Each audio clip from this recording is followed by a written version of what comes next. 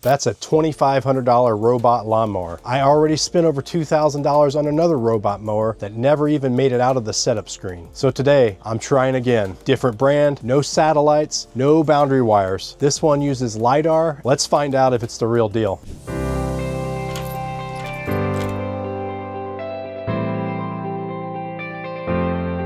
Welcome home. Let's unlock this. Today we're talking about something I've been looking forward to for a while. This is the ECOVACS GOAT A3000 LiDAR PRO. It's a robot lawnmower, and I paid $2,500 for it out of my own pocket. Nobody sent this to me. Nobody sponsored this video. I bought it because I genuinely wanted to test it, and I'm going to give you my most honest first impression I can. Now let me tell you why I bought this specific robot mower and not one of the dozen other options out there. I already have a relationship with ECOVACS.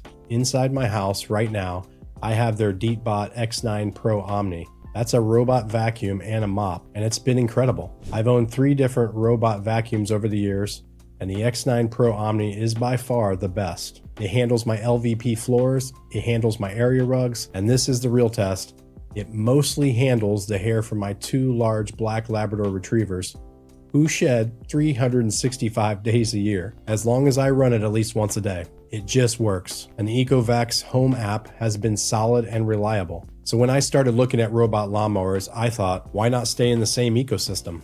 Same app, same company, one app controlling a robot inside my house and a robot outside my house. That made a lot of sense to me. But there's another reason I went with this mower, and it's not a happy one. About a year ago, I bought a different robot lawnmower from another brand. I'm not going to name them. That's not what this video is all about, but I will tell you what happened. I spent over $2,000 on it. It came with an RTK antenna, that's a satellite positioning system, and a little garage to park itself in. And it never drove once. I could not get it to connect to my Wi-Fi. I could not get it through the setup sequence.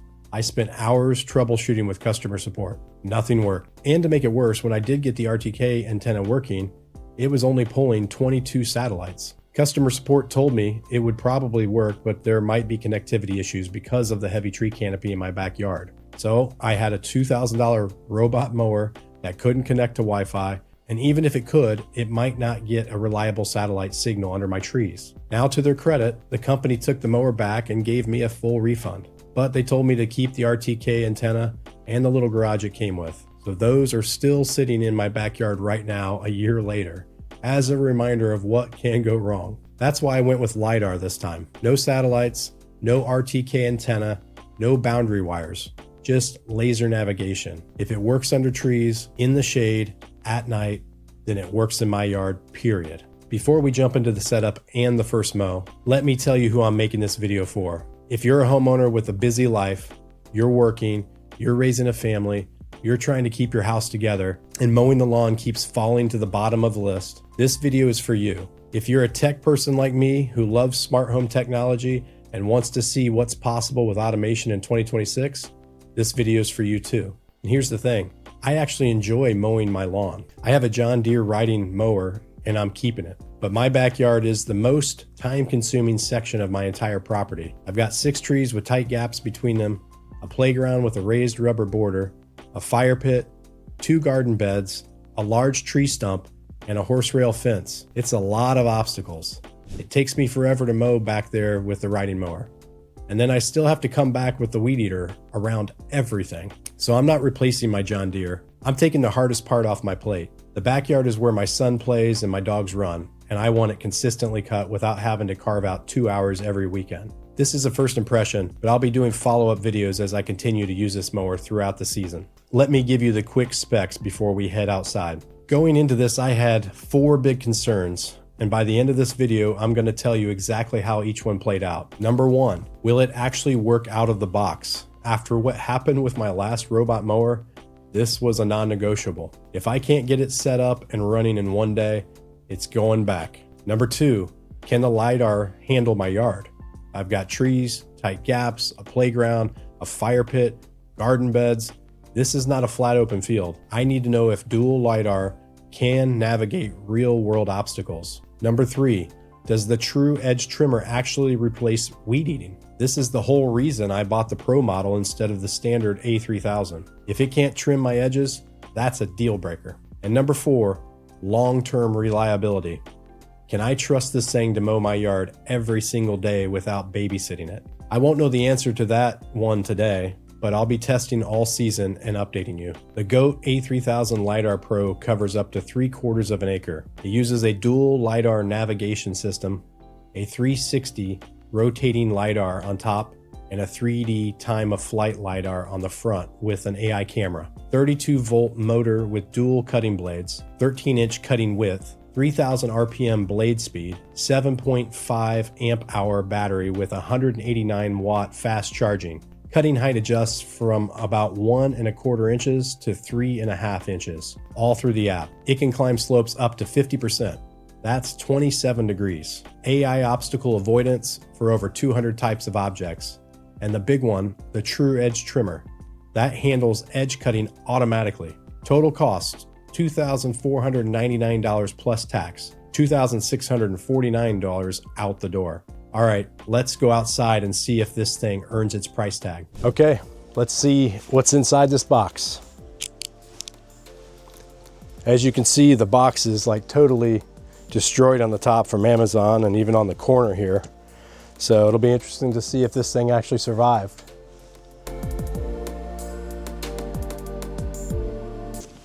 All right, we got the quick start guide. Tells you how to install everything.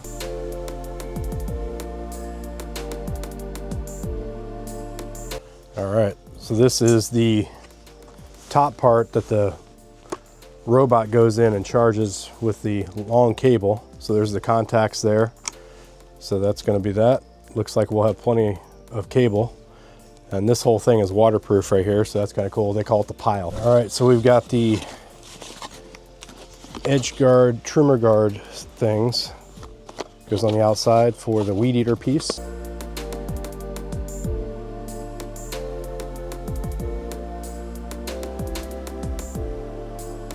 Whoa.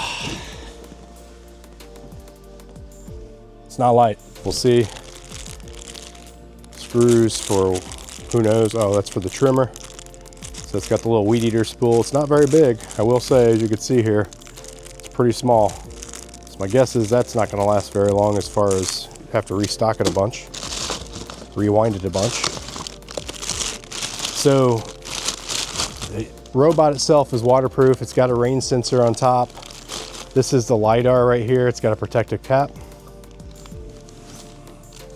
And the control board, all that's waterproof. However, this unit right here, this is the adapter that you plug it in, the base station in.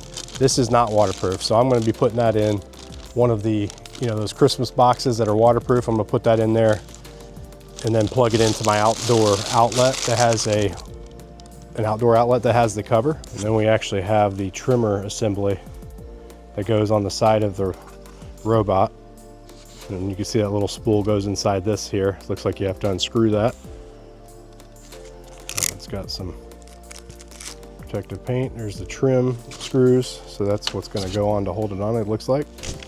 And last but not least is the actual base station.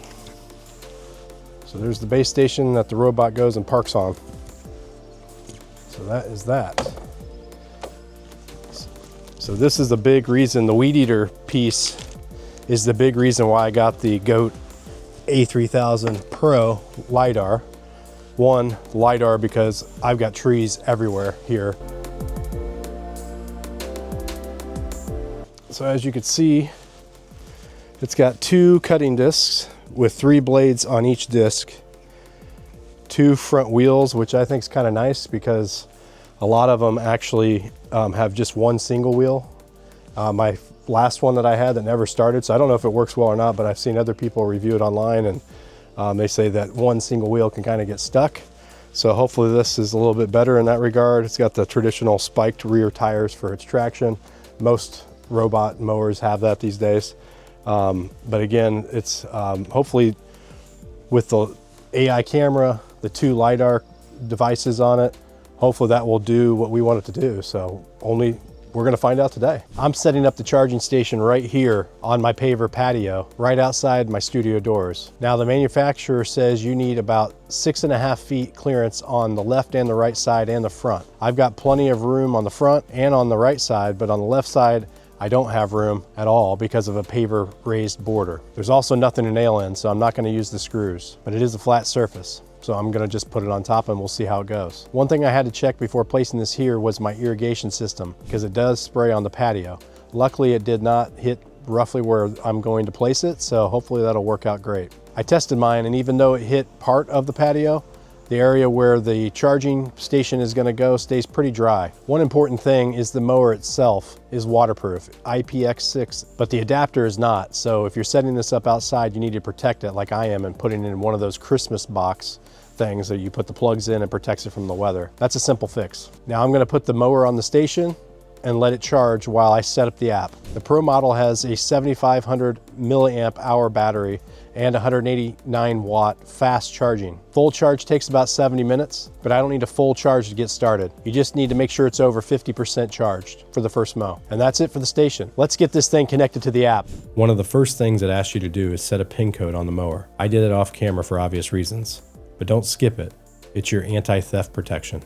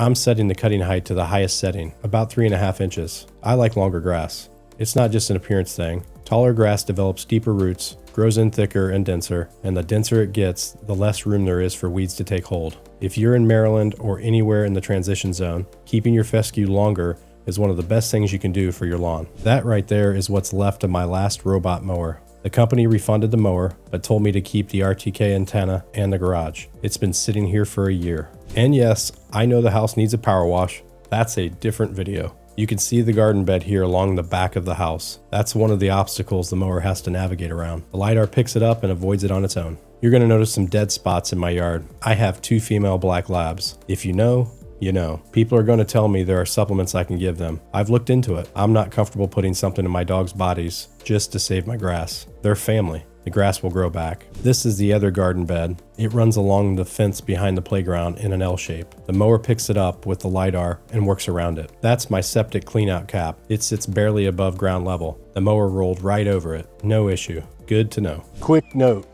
Some reviewers mentioned you should pre-mow your yard before you let this go on its first run. After seeing this, definitely.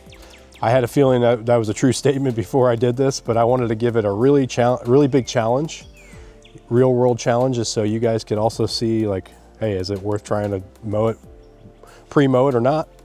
And I'll let you see what it's doing.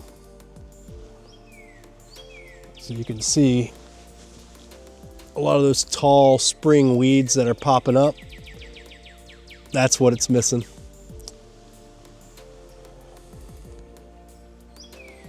But that's it.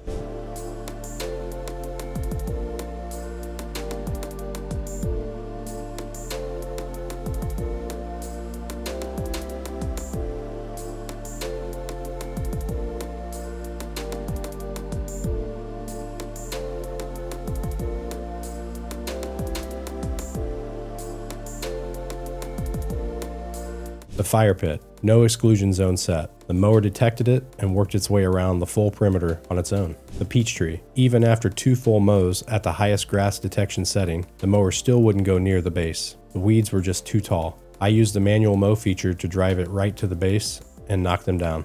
Once those weeds are at a manageable height, the scheduled mows should keep it maintained from there. I put a bucket in the middle of the yard to see if the AI camera picks up a random obstacle that wasn't there when it was mapped. Let's see what happens.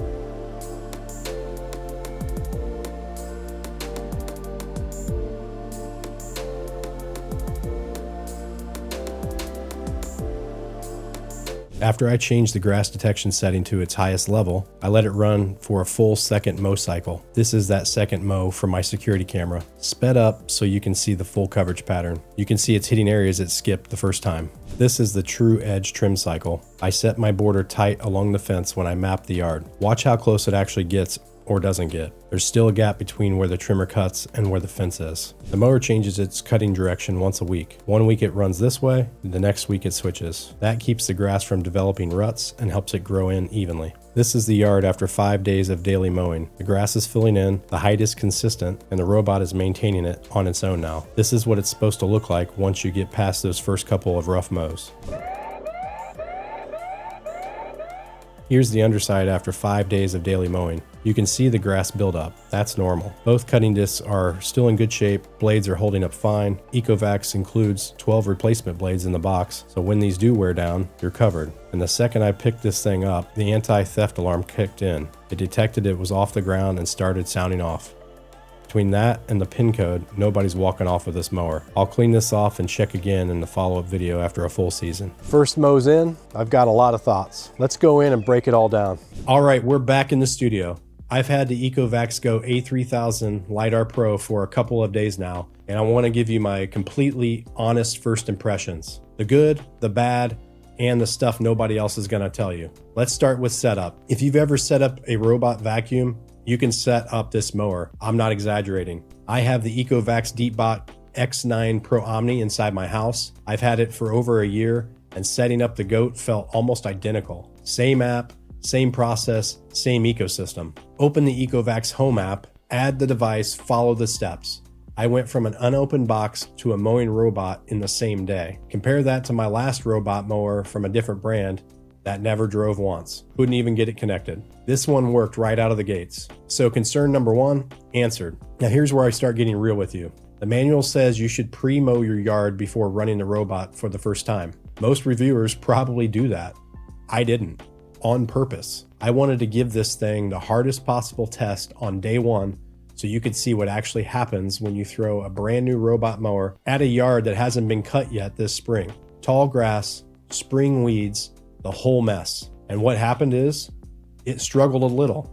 The mower has a grass detection setting in the app, and I had it on the middle range, which avoids grass over 5.9 inches. So it was literally driving around some of the taller patches. Once I figured that out, I bumped it to the highest setting, grass under 7.9 inches, and the second mow was noticeably better. It knocked down most of what it skipped the first time. The takeaway, and this is important, this is a maintenance mower, not a bush hog. The manufacturer tells you that, the manual tells you that, and I'm telling you that. If you haven't mowed in 3 weeks, cut it down first with your regular mower, then let the robot maintain it from there. I just wanted to prove it to you instead of just repeating what the manual says. Now let me talk about where I put the charging station, because I did almost everything wrong according to the manual, and I did it on purpose. The manual says to screw the station down and have about 6 feet of clearance on each side. I put it on my paver patio, so no screws.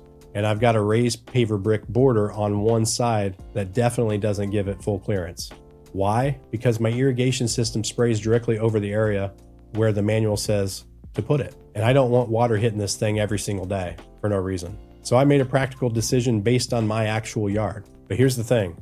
Every single day except for one, it figured out on its own and parked itself. One day it did genuinely get stuck on the raised paver border and the gravel. So the clearance recommendation is real, but even when I ignored it, the mower handled it almost every time. Now the true edge trimmer. This was concern number 3 and the reason I bought the Pro model over the standard. The idea is that it cuts right up to your edges so you don't need a weed eater. I set my border tight along the fence, I ran the trim cycle, and honestly, it didn't get as close to the fence as I expected. Now I want to be fair to ECOVACS here. There are settings in the app that I haven't fully explored yet that may close that gap. So I'm not going to tell you it doesn't work.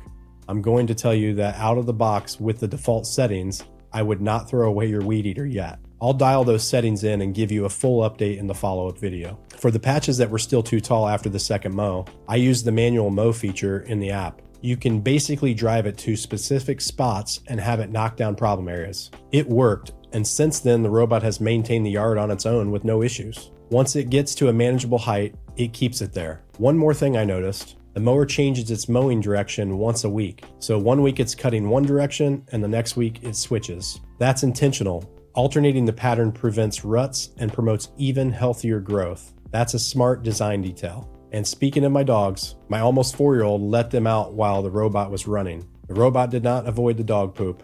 I'll let you see for yourself what happened. So, overall first impression, I would recommend this mower. The setup was genuinely easy, as easy as my D-Bot vacuum that I've been using for over a year. It works out of the box, which is more than I can say for my last one. The LiDAR navigation handled my trees, my playground, my fire pit, all of it. It's not perfect. The edge trimmer needs more testing. The station placement quirks are real, and you should absolutely pre-mow first, even though I didn't. But for taking the hardest part of my yard off my plate, it's doing the job. I'm going to keep running this all season, and I'll do a follow-up video after a month or 2 of daily use. That's when we'll really know if this thing holds up, and I'll have the true edge dialed in by then too. So subscribe and hit that bell if you want to see that. If you're thinking about buying a home, building a home, or making the home you have the best it can be, check out my book, Your Key to Home, a complete guide from dream to doorstep and beyond. It covers everything from mortgages to maintenance to making your house feel like home. Link is in the description. Drop a comment and tell me, are you thinking about getting a robot mower? Have you tried one? What's been your experience? I want to hear from you. I'm Justin, and this is Justin's Key to Home Life, where I help you live smarter in the home you love. I'll see you in the next one.